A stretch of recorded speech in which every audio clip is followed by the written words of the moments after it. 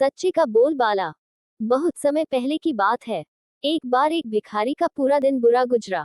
दिन भर में उसे लोगों से कुछ भी नहीं मिला।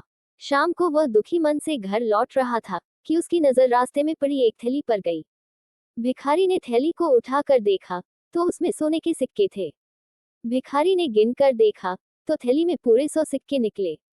सोने के सिक्के पाकर भिखारी ने सोचा कि ईश्वर ने उसकी मदद के लिए यह उपकार दिया है और अब उसकी गरीबी दूर हो जाएगी। पर अगले ही पल उसने विचार किया कि थैली के मालिक को अपनी थैली के गुम हो जाने का कितना दुख हो रहा होगा। ये बात मन में आते ही उस ईमानदार भिखारी ने थैली असली मालिक को लौटाने का निश्चय कर लिया। भिखारी कुछ आगे ही बढ़ा था तो उसे एक व्यक्ति मिला जो बहुत परेशान था।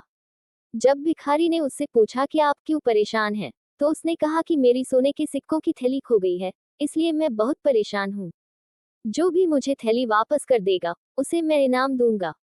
ये सुनकर उस ईमानदार भिखारी ने उसे वह थैली दे दी और व्यापारी तुरंत वहां से थैली लेकर चल पड़ा। भिखारी ने व्यापारी से कहा कि आपने तो कहा था कि थैली देने वाले को इनाम देंगे, परंतु मेरा इनाम तो आपने नहीं दिया।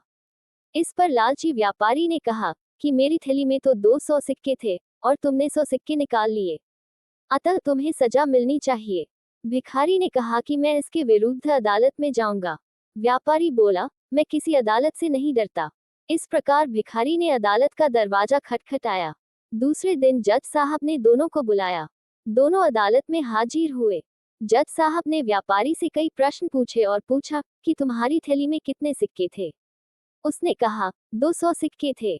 इस पर जज साहब ने फैसला सुनाया कि यह थैली व्यापारी की नहीं है और उस थैली को भिखारी को दे दिया, क्योंकि उस थैली में तो 100 सिक्के थे। अगर उसे 100 सिक्के हड़पने होते तो वह थैली ही क्यों लौटाता। इस प्रकार व्यापारी को अपने लालच का फल भुगतना पड़ा।